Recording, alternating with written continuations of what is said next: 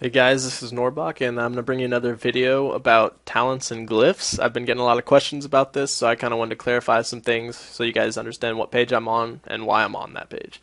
So, basically, to start off, we got the glyph of death from above, and really, this is a really amazing glyph. You can't really pass up on this one. The fact that it reduces the cooldown on your heroic leap by 15 seconds, bringing it down to 30 seconds, and the increased damage, don't just overlook that. It's actually a really good thing, so make sure you actually land on your target.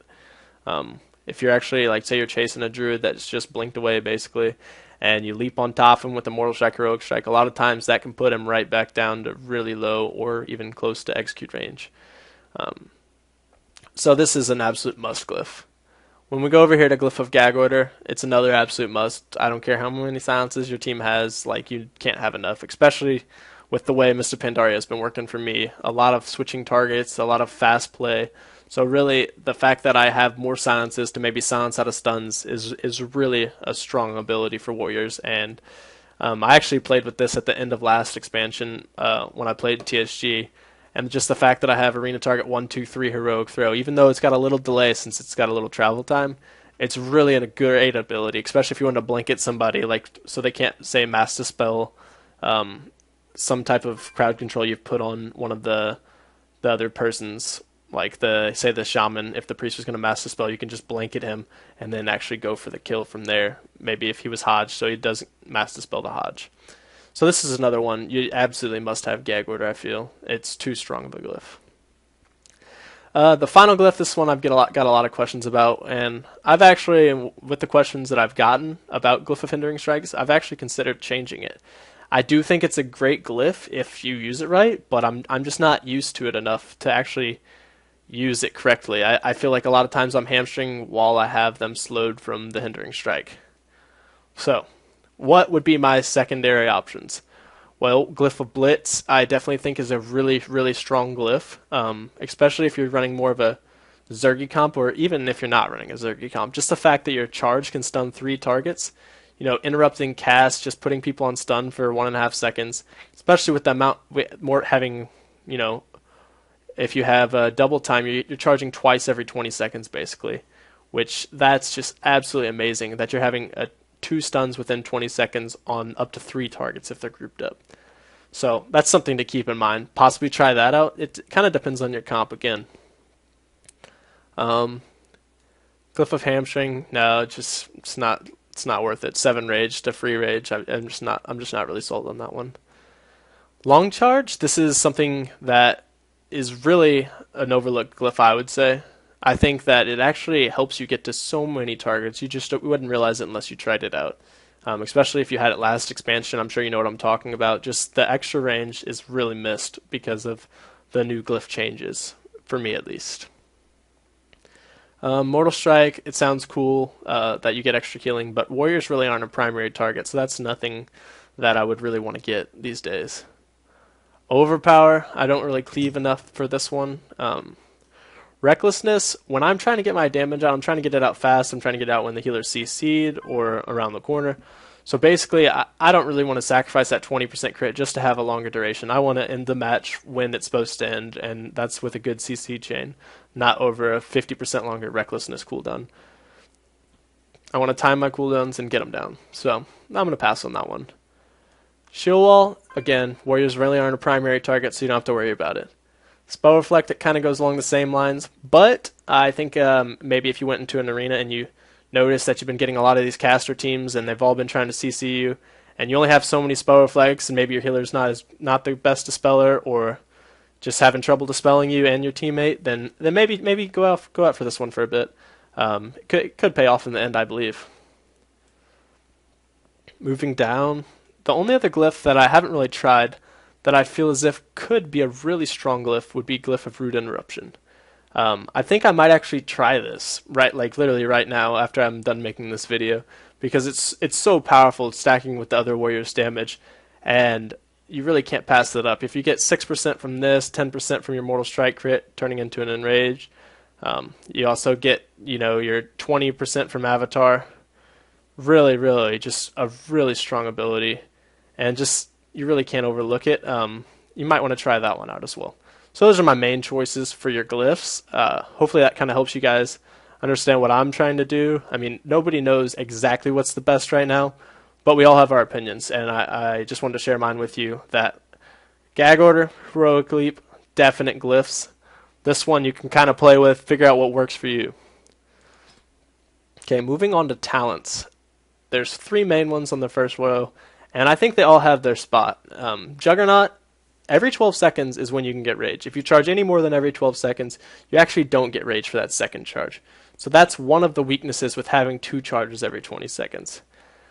So the Juggernaut could be good in that aspect. If you're really bad about spamming your charge, Juggernaut could be good. Double time, if you really get used to it, it feels much smoother. You always feel like you have charges. If you charge twice in a row and then you leap and you're still not on a target, then I really don't know what to tell you. You're going to have to wait 20 seconds for another charge. That's just kind of how it is.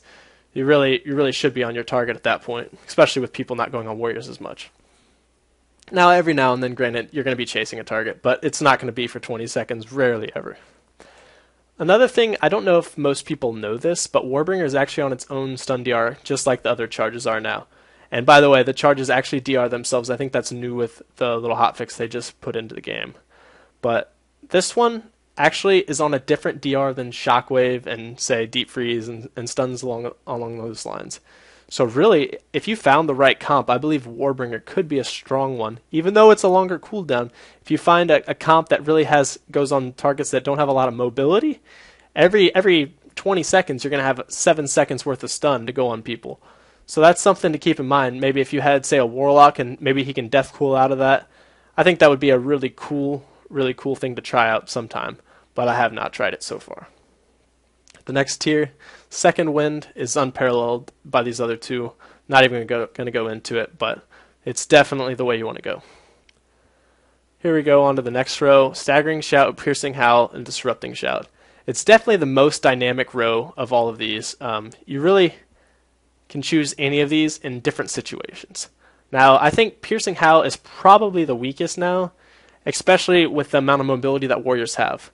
I played without Piercing Howl last expansion, and I ran with Gag Order. I felt like I was okay. It was a lot harder than it is this expansion to play without Piercing Howl. With the amount of mobility you have, I don't think you really need it anymore. Staggering Shout, however, is an awesome ability. It's a great peel, it's a great root, it doesn't share DRs with my Shaman's Earth Grab totem, so it's something to consider picking up. However, it does share DRs with Mage roots, and that's something that is really kind of, it makes it a lot worse ability compared to how it is if, say, you were playing with the Warlock who doesn't have that root. So keep that in mind when you're choosing this talent. As far as the Disrupting Shout goes, maybe if you're playing with a Mage, this could be a really good one, because obviously the Staggering Shout is going to DR with his stuff, could cause more confusion than it does benefit. So maybe Disrupting Shout would be the way to go. Disrupting Shout, I feel, is really strong, not only with teammates that have their own root, but I feel as if you play with a team that might be like a Cleave, that one extra interrupt can be all the difference in the world to get the kill. So that's one reason to get Disrupting Shout right there. I think Cleave teams are really strong for Disrupting Shout. As we move on to the next tier, Bladestorm, it's got its place in maybe a duel versus a mage, maybe an arena versus a mage, maybe if you teamed it up with Stormbolt, but really, I think Avatar and Shockwave are the way to go as far as those are concerned. Bladestorm, you're a little outdated. I wish you weren't on the talents because you're an awesome skill, but that's just kind of how it goes. Dragon's Roar, I don't really play with this one, but I feel as if you played like maybe a really Zergy comp, that Dragon's Roar really might be a good choice because it does the most damage out of any of them on this row in the quickest amount of time. So that's something that's really nice. Shockwave, however, can get you the kill as well. You're going to have 2 in 40 seconds. A lot of times, even if you're running a high DPS team, you're not going to win a match in under 40 seconds. So Shockwave is definitely the superior talent on this tree, or on this row of the tree. So that's definitely something to keep in mind again. As we move on to the next row, there's Mass Bowflect, Safeguard, and Vigilance. Mass Bowflect, it's got its place. Say you're playing on like a Paladin team, or a Paladin who really doesn't have the same abilities as, say, a Druid who can shapeshift to Polymorph or can go LOS with his speed a lot quicker, or a Shaman with a grounding totem, or something like that, I feel like Massive Butterfly could definitely have its place. And also something else, Paladins have freedom, so they have an extra snare break. So Safeguard really loses a little bit of its value in being a snare break. But the fact that you can use it as a defensive on your teammates and break a root is really an awesome ability. It's a short cooldown. It's half the cooldown of Massive Butterfly. So if you actually manage to use this almost every time it's up, the benefit you gain will probably be a little bit greater than Massive Butterfly, in my opinion. Vigilance, I don't really know. Haven't tested it in arenas really. It's kind of like a sacrifice. Maybe if you ran like a really Zergy comp, since people aren't going on Warriors, maybe you ran a TSG. Like you could put this on your teammate and it would break you out of your polymorphs and stuff like that, would be my guess. And I think that's really, really neat if you wanted to try that. But really, Safeguard's the way to go on this row. Level 90, Avatar, Bloodbath, and Stormbolt. Stormbolt is fun in mage duels with Bladestorm. I always have a blast when I do that. They really get thrown off when you do something like that.